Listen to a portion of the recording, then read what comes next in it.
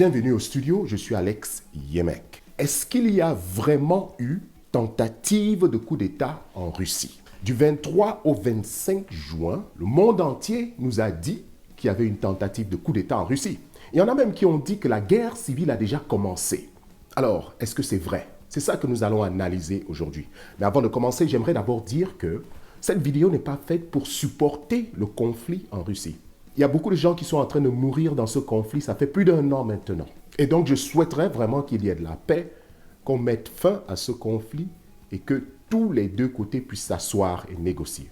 Pour comprendre ce qui s'est passé ce week-end du 23 au 25, nous devons connaître la Russie. Et pour connaître la Russie, nous devons connaître son leader Vladimir Poutine.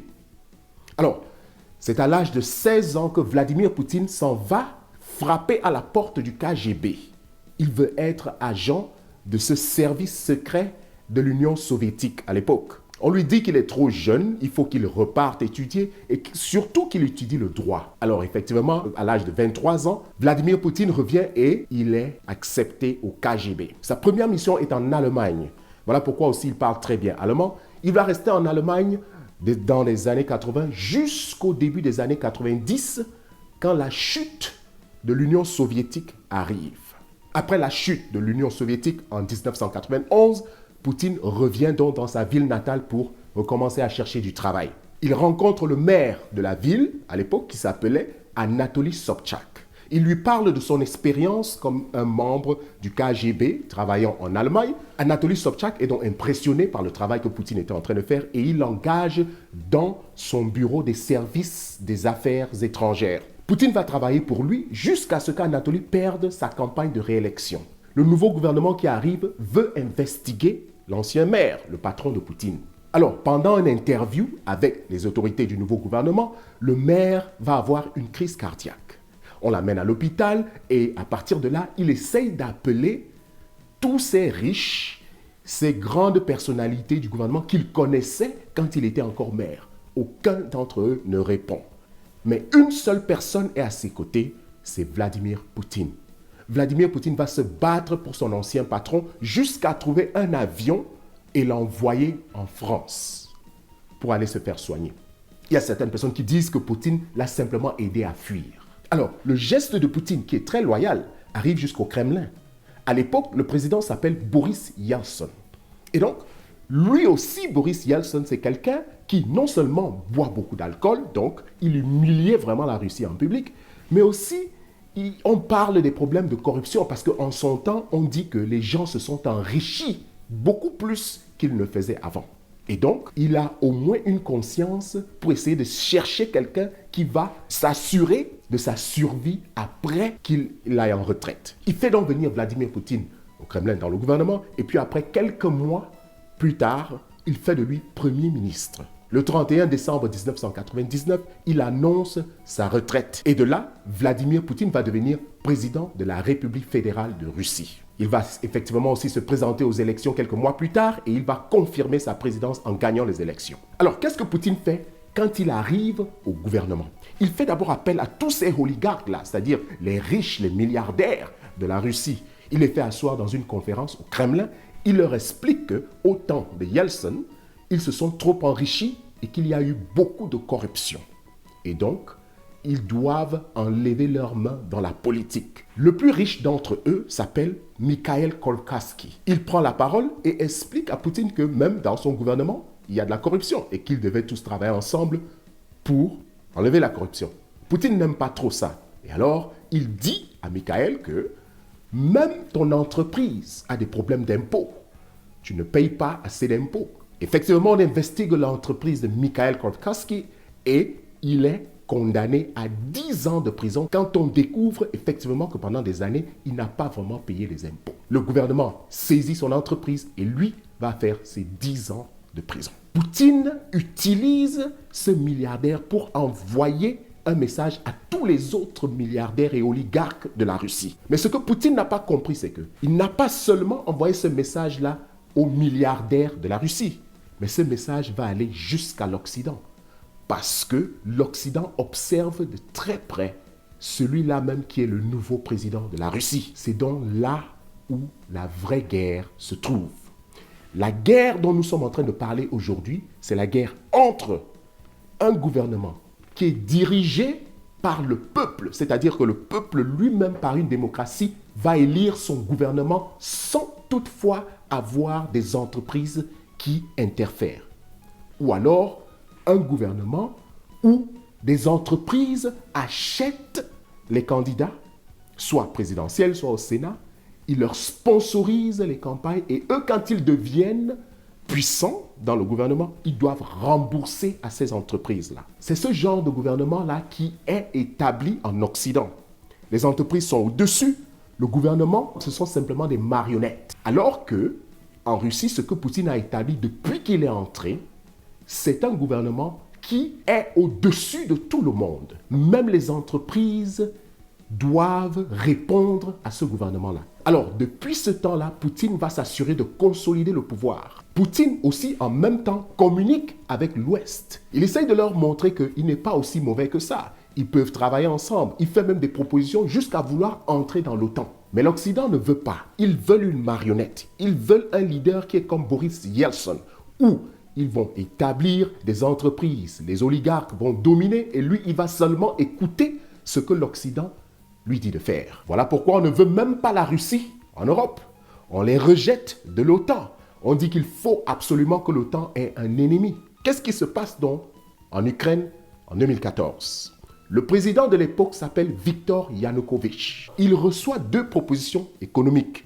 Une qui vient de l'Occident, en Europe, et l'autre qui vient de la Russie.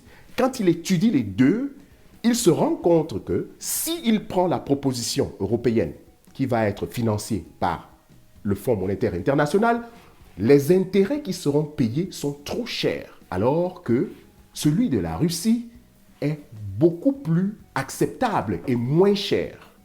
Il décide donc de prendre la proposition économique qui est venue de la Russie. De là, il y a problème. L'Occident ne va pas aimer cette réponse et quelques mois plus tard, il y aura un coup d'État en Ukraine. Viktor Yanukovych voit qu'il est en danger, il va en exil. L'Ukraine va élire un nouveau président. Le nouveau président qui arrive en Ukraine va être très radical contre tout ce qui est russe. Ils vont même interdire la langue russe en Ukraine. En Ukraine, il y a l'ukrainien et il y a la langue russe. C'est un peu comme au Canada où il y a l'anglais et le français. Donc imaginez-vous que le gouvernement au Canada décide que la langue française n'est plus acceptée au Canada. Ceux qui parlent français devront faire quoi?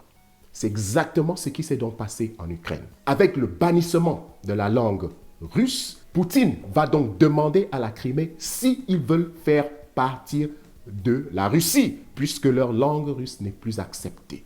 Ils vont faire une élection de plus de 90% pour joindre la Russie. Au Donbass aussi, on parle russe. Alors, qu'est-ce qui se passe là-bas? Le Donbass décide aussi de se séparer de l'Ukraine et de devenir un État indépendant. L'Ukraine n'aime pas ça et il commence donc une guerre contre le Donbass.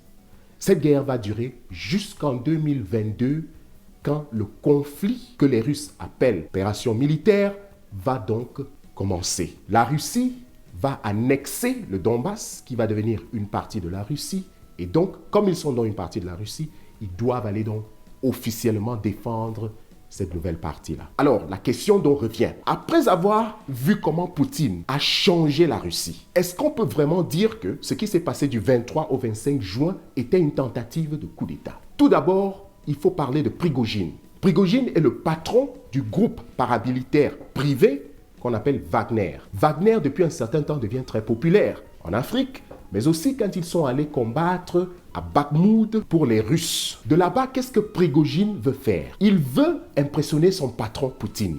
Peut-être qu'il veut une position dans le gouvernement, peut-être en tant que général des armées pour conduire toute cette opération militaire, ou alors même ministre de la Défense. Mais ce qui est sûr, c'est qu'il veut impressionner son patron. Donc de là, il commence à faire beaucoup de bruit. Il malparle du gouvernement de Poutine, sans toutefois mal parler de Poutine lui-même.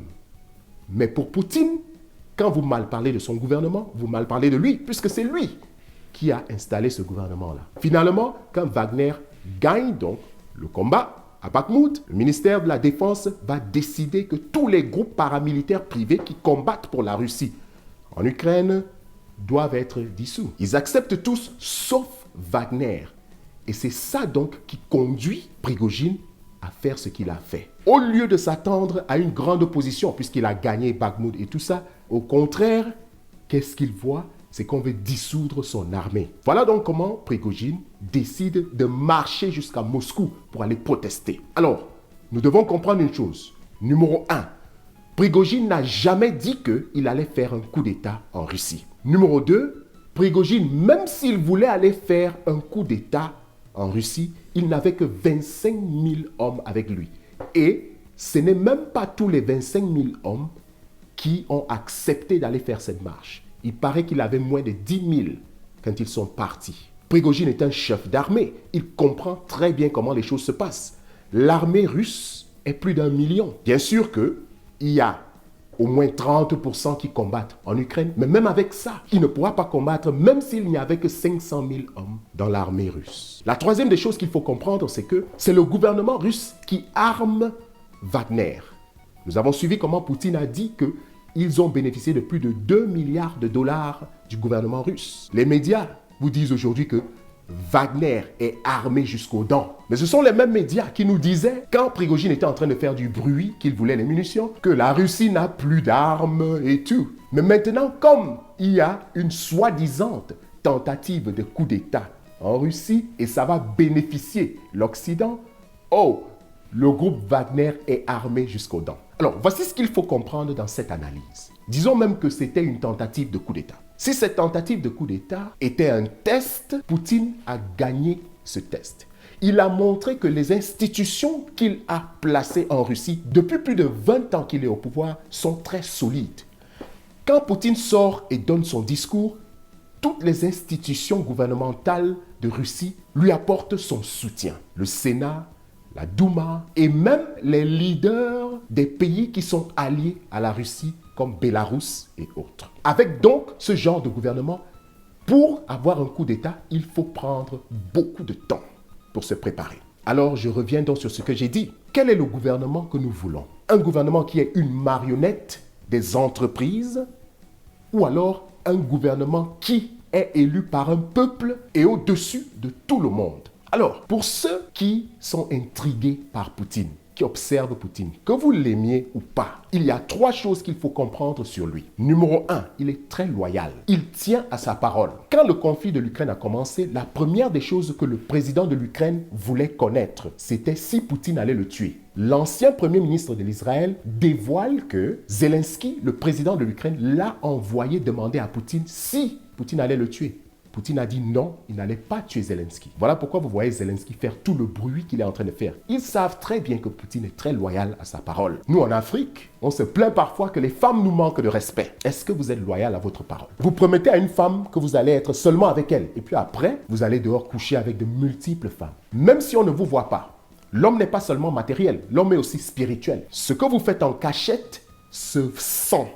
Votre spiritualité le dévoile même dans votre personnalité. Voilà pourquoi on ne vous respecte pas. Si vous voulez être polygame, dites-le clairement à la femme avec qui vous êtes. Quand vous trompez quelqu'un, vous n'avez pas de dignité. Ce sont ces petites choses-là qui ont amené Poutine jusqu'au pouvoir. La deuxième des choses qu'il faut comprendre sur lui, c'est que c'est un homme très privé. Dans la vie, il ne faut pas dévoiler tout ce qu'on fait. Quand vous le voyez, il y a certaines personnes qui se demandent, est-ce qu'il est marié ou pas? Est-ce qu'il a des enfants? On dit qu'il a une fille.